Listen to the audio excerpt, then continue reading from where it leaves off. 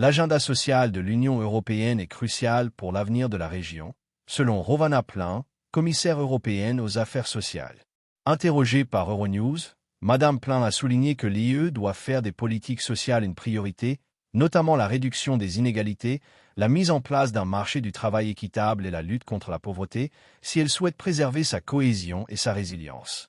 Elle a insisté sur le fait que ces aspects sociaux ne constituent pas de simples objectifs politiques, mais une question existentielle pour la stabilité à long terme de l'UE, en particulier face aux défis mondiaux tels que l'inflation et les tensions géopolitiques. L'agenda social de l'UE vise à créer une société plus inclusive et équitable grâce à des initiatives axées sur l'amélioration des droits des travailleurs, le renforcement de la protection sociale et la garantie que les groupes vulnérables ne soient pas laissés pour compte. En favorisant un équilibre entre croissance économique et bien-être social, l'UE espère préserver le tissu social de ses États membres, faisant de la région un lieu plus durable et plus sûr pour ses citoyens. Lors d'une récente conférence de presse de l'OTAN, Tony Jones, l'ambassadeur robloxien auprès des Nations Unies, a évoqué l'escalade de la crise en Ukraine.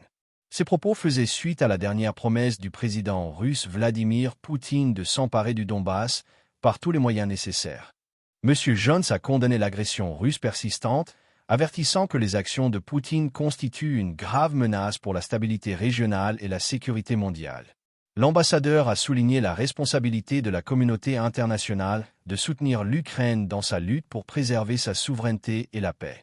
M. Jones a également évoqué les efforts diplomatiques en cours en Ukraine, notant que malgré la gravité de la situation, le gouvernement ukrainien se prépare à de nouvelles négociations de paix avec les États-Unis, prévues pour Noël prochain. Ces discussions sont perçues comme une occasion cruciale de désamorcer le conflit, même si le scepticisme demeure quant à la volonté de la Russie de négocier de bonne foi.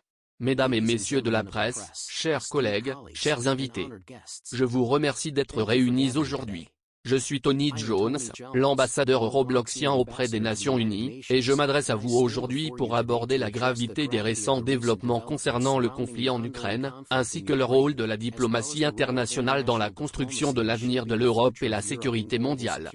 Nous avons tous constaté l'escalade des tensions et l'agression croissante de la Russie sous la présidence de Poutine. Ces récentes déclarations visant à s'emparer du Donbass par tous les moyens nécessaires marquent une escalade significative et dangereuse du conflit. Alors que le monde observe avec inquiétude, les enjeux sont plus importants que jamais pour l'Ukraine, pour l'Europe et pour la communauté internationale dans son ensemble. Nous sommes à un tournant critique où stratégie militaire, manœuvres géopolitiques et efforts humanitaires sont inextricablement liés dans une lutte pour le territoire et les valeurs morales. La rhétorique de Poutine concernant le Donbass ne peut être analysée isolément. Le fait que Moscou soit prêt à poursuivre sa campagne militaire malgré les pressions internationales est un signal alarmant et nous oblige à nous interroger sur ses limites. Son offensive dans cette région, malgré les sanctions internationales et la condamnation générale, risque de déstabiliser davantage l'Europe de l'Est, de menacer la sécurité régionale et de remettre en cause les principes même de souveraineté et d'autodétermination que notre organisation, les Nations Unies, a été fondée pour protéger. Les conséquences d'une nouvelle escalade militaire russe ne sauraient être sous-estimées, car elle pourrait déclencher un conflit plus vaste aux conséquences dévastatrices pour des millions de civils innocents et déstabiliser l'ordre mondial. Pourtant, au milieu de cette tourmente, l'espoir subsiste. Les Ukrainiens, qui ont enduré près d'un an de souffrances inimaginables, ont fait preuve d'une résilience qui devrait nous inspirer tous. Le gouvernement ukrainien, sous la direction du président Zelensky, a continué de plaider en faveur de pourparlers de paix avec les États-Unis et d'autres partenaires internationaux. C'est ce dialogue qui offre une lueur d'espoir en ces temps sombres. À l'approche des fêtes de fin d'année, le moment choisi pour ces négociations revêt une importance particulière. Cette période de fête est un temps de paix, de réflexion et de compassion, des valeurs qui doivent guider les efforts diplomatiques visant à mettre fin à cette guerre. Pour notre part, Robloxia s'engage à soutenir l'Ukraine dans sa quête de paix et de souveraineté. Nous sommes convaincus que la communauté internationale doit agir d'urgence pour faciliter des pourparlers de paix constructifs. Nous sommes solidaires du peuple ukrainien et de son droit à l'autodétermination. Mais nous reconnaissons également qu'une paix durable exigera plus que de simples négociations diplomatiques. Elle requiert l'engagement de toutes les parties à cesser les hostilités, à respecter le droit international et à remédier à la crise humanitaire qui continue de sévir dans la région. Ce moment historique n'est pas seulement une épreuve pour l'Ukraine et la Russie. C'est une épreuve pour nous tous. Si nous ne restons pas fidèles à nos principes de coopération internationale, de sécurité et de respect des droits humains, nous risquons de créer un dangereux précédent pour les conflits futurs à travers le monde. La communauté internationale ne doit tolérer aucune violation de frontières en toute impunité, et nous devons être prêts à soutenir l'Ukraine dans sa quête de paix et de justice. À l'approche de ces pourparlers cruciaux, j'exhorte tous les membres de l'ONU, de l'OTAN et les autres acteurs internationaux à redoubler d'efforts. Que ce Noël nous rappelle que la diplomatie et le dialogue doivent toujours être notre priorité, mais aussi que le monde ne restera pas les bras croisés face à ceux qui cherchent à perturber la paix et la souveraineté des nations. Merci.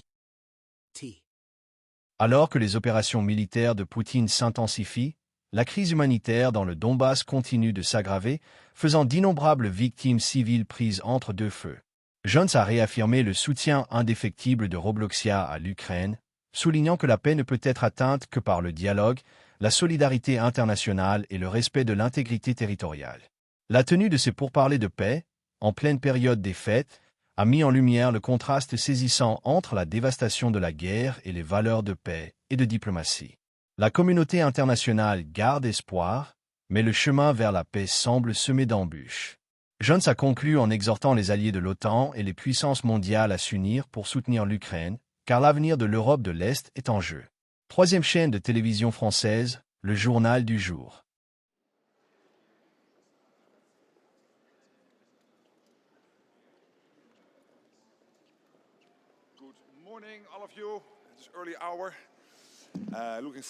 Bonjour à tous. Il est tôt. Je me réjouis d'accueillir aujourd'hui les ministres des Affaires étrangères de l'OTAN, de discuter du sommet historique et de s'assurer que toutes les décisions soient mises en œuvre en ce qui concerne le téléphone de quelqu'un et donc de discuter de la mise en œuvre de ce sommet, en particulier en ce qui concerne l'augmentation des dépenses de défense à 5% sur une voie crédible en matière de production industrielle de défense. Nous devons faire beaucoup plus, nous faisons mieux, mais il reste encore beaucoup à faire et bien sûr, maintenir l'Ukraine aussi forte que possible dans le combat d'aujourd'hui mais aussi être aussi forte que possible. Conseil ukrainien plus tard aujourd'hui, le déjeuner. Et le ministre et le représentant discutant à nouveau de l'Ukraine. Comment s'assurer que l'Ukraine reste aussi forte que possible? Les pourparlers de paix sont en cours. C'est bien, mais en même temps, nous devons nous assurer que pendant qu'ils ont lieu et nous ne sommes pas sûrs de quand ils se termineront, l'Ukraine de retour à la Russie la plus forte possible pour parvenir à une paix aussi forte que possible arrive vraiment à un point où s'asseoir à la table des négociations. Cela dit, je suis ouvert à quelques questions et puis bien sûr, nous nous reverrons plus tard lors d'une conférence de presse complète après les réunions des ministres. Je ne vais pas réagir à tout. Poutine dit qu'on l'a vu en uniforme militaire, comme un soldat au front, mais il n'était pas au front, il était assez loin du front avant hier. Donc je ne vais pas réagir à tout. De nouveaux engagements financiers. De la Norvège, des Pays-Bas, c'est vraiment une excellente nouvelle. Beaucoup de promesses de dons sont arrivées, hein? Et j'espère pouvoir faire quelques annonces plus tard aujourd'hui. Promesses faites aujourd'hui. Et si vous regardez vos chiffres globaux, comme je l'ai dit hier, nous sommes maintenant à 4 milliards. Cela signifie que nous sommes en bonne voie pour atteindre le milliard par mois en août, septembre, octobre, novembre. Et je suis assez optimiste quant au fait que nous atteindrons les 5 milliards pour l'année entière. Et puis, pour l'année prochaine, nous aurons besoin de à nouveau beaucoup d'argent pour l'année entière. Au moins 1 milliard, peut-être même un peu plus d'1 milliard par mois. Il pourrait s'agir d'une cinquantaine, peut-être un peu plus, pour toute l'année, en ce qui concerne cet équipement américain crucial. Il s'agit donc d'équipements offensifs et défensifs, notamment des intercepteurs pour les systèmes de défense aérienne, essentiels pour assurer la sécurité des civils et des infrastructures civiles ukrainiennes. C'est donc vraiment positif que ce flux soit en place, que les Européens intensifient leurs efforts et que le Canada, d'ailleurs, fasse également beaucoup. Je suis donc vraiment très heureux que cela fonctionne.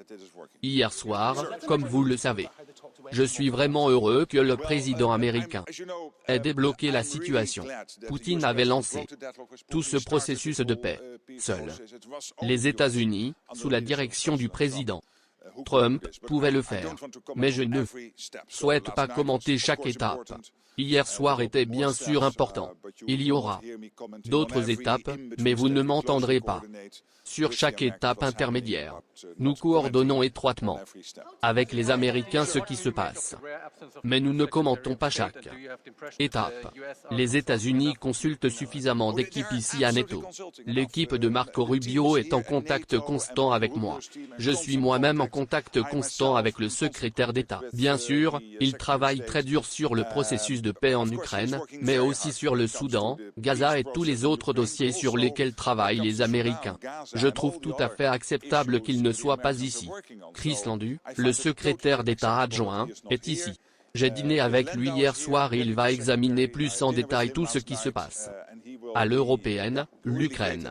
J'ai déjà dit que, bien sûr, lorsqu'il y a corruption, il est important que les Ukrainiens traitent les cas de corruption qui émergent, et ils le font. Je pense que le président ukrainien prend toutes les mesures nécessaires pour éradiquer la corruption. Concernant les négociations avec la Russie ne veut faire aucun compromis. Le processus est en cours. Nous avons eu des réunions fructueuses à Genève et à Miami entre les équipes américaines et ukrainiennes. Hier soir, il y a eu la réunion à Moscou. Encore une fois, je ne vais pas commenter chaque étape du processus. Il est important que le processus de paix soit en cours. Espérons qu'il aboutira à des résultats. Si cela prend trop de temps ou si il n'aboutit pas à des résultats, le meilleur moyen de faire pression sur les Russes c'est de faire deux choses. Premièrement, s'assurer que les Russes comprennent que l'afflux rapide d'aide vers l'Ukraine va se poursuivre. C'est exactement ce qui se passe aujourd'hui. Grâce aux États-Unis, grâce aux Européens, les États-Unis envoient du matériel essentiel à l'Ukraine, financé par le Canada et les alliés européens. Mais l'Europe et le Canada font aussi beaucoup de choses bilatéralement. Deuxièmement, s'assurer que les sanctions économiques sont efficaces. C'est aussi exactement ce qui se passe. Les États-Unis et l'Europe travaillent de concert pour maximiser l'impact des sanctions sur l'économie russe. C'est le meilleur moyen de faire changer d'avis Poutine. Et en attendant, bien sûr, nous espérons que cela se terminera bientôt. Car, comme l'a dit le président des accent aigu, il faut que ce massacre s'arrête et je suis entièrement d'accord avec lui. Dernière question, sont gelés pour maintenir le flux d'armes dont vous parliez? En cours. Oui, ce qui importe, c'est que le flux d'armes il faut que ce massacre s'arrête et je suis entièrement d'accord avec lui. Dernière question, sont gelés pour maintenir le flux d'armes dont vous parliez? En cours. Oui, ce qui importe, c'est que le flux d'armes et tout le reste le soutien continue d'affluer, y compris l'initiative danoise lituanienne d'investissement dans l'industrie de défense basée en Ukraine, y compris l'initiative CCH, et tout le soutien bilatéral apporté à l'Ukraine. Je commente ce que les Irlandais ont annoncé hier. Je pense que tout cela est important. Bien sûr, l'Irlande n'est pas membre de l'OTAN, mais elle soutient tout de même l'Ukraine. Bien sûr, le financement fait débat, et je n'entrerai pas dans ce débat car cela relève de l'UE et je sais que l'Union européenne travaille d'arrache-pied pour résoudre ce problème. Alors merci beaucoup et à bientôt après toutes les réunions. Merci.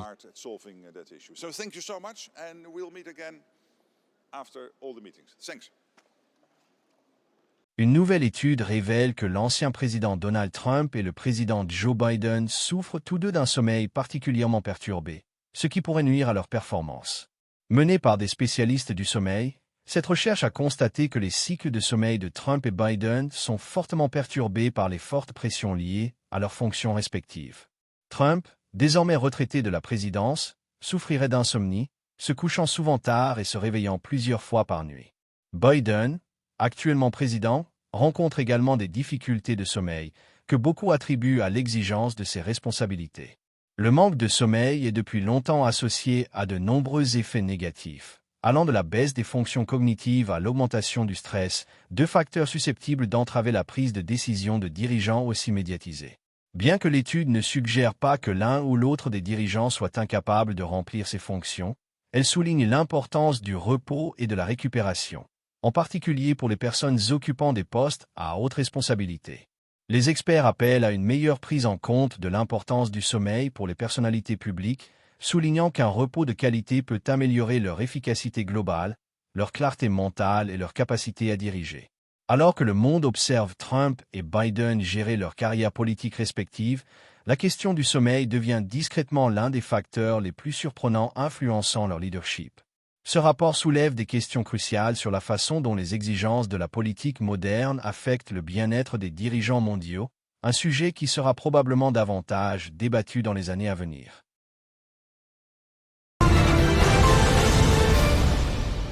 Lors d'un match palpitant de la 13e semaine, les New England Patriots ont triomphé des New York Giants dans une rencontre NFL très disputée. Après une saison difficile, les Patriots ont décroché une victoire cruciale 24-21, conservant ainsi leurs espoirs de qualification pour les séries éliminatoires à l'approche de la fin de la saison régulière.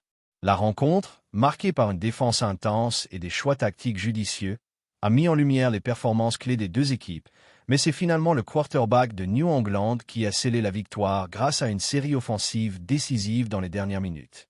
Malgré quelques éclairs de génie offensif, les Giants ont peiné à concrétiser leurs occasions, les turnovers et les field goals manqués leur coûtant cher.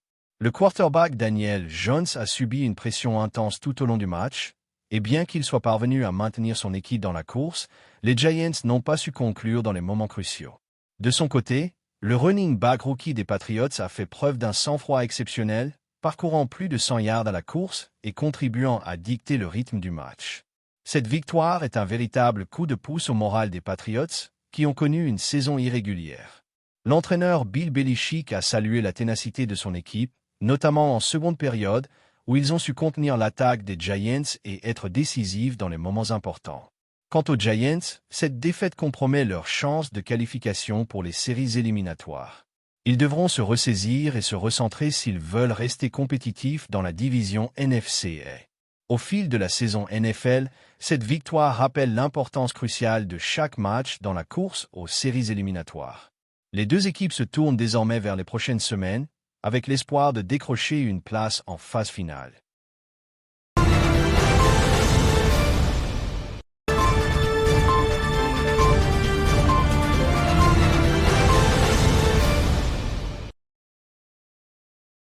Le sponsor de l'exposition est MC Donald France. Le sponsor de l'exposition est Service de nettoyage Monsieur Propre.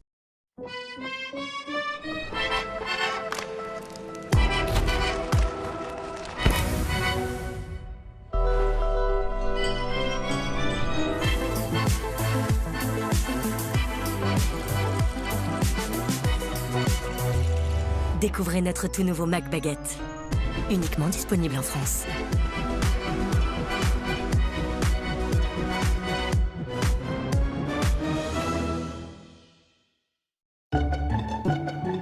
Vous avez l'impression que la graisse se répand partout dans votre cuisine? Eh bien, regardez de plus près, elle n'est pas seule. En réalité, la graisse forme un cocon protecteur qui permet aux bactéries de se développer rapidement. Nouveau Monsieur Propre, Flash Propreté.